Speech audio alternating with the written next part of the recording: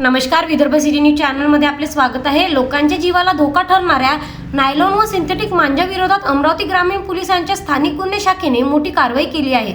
परतवाडा शहरातील एका पतंग दुकानावर छापा टाकून शासनाने प्रतिबंधित केलेला नायलॉन व सिंथेटिक मांजा जप्त करण्यात आला असून या प्रकरणी 2 आरोपींना अटक करण्यात आली आहे। उच्च न्यायालय मुंबई यांच्या निर्देशानुसार नायलॉन मांजाची विक्री, साठवणूक व वापरावर बंदी आहे।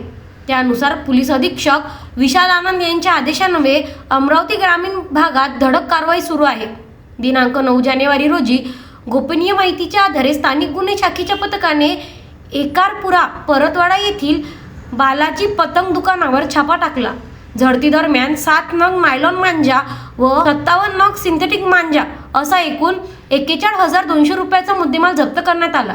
या प्रकरणी अजय पन्नालाल गुप्ता व कमलेश मोहनलाल गुप्ता दोन्ही राहणार पेन्शनपुरा परतवाडा यांच्या विरोधात परतवाडा पोलीस ठाण्यात गुन्हा दाखल करण्यात आला आहे।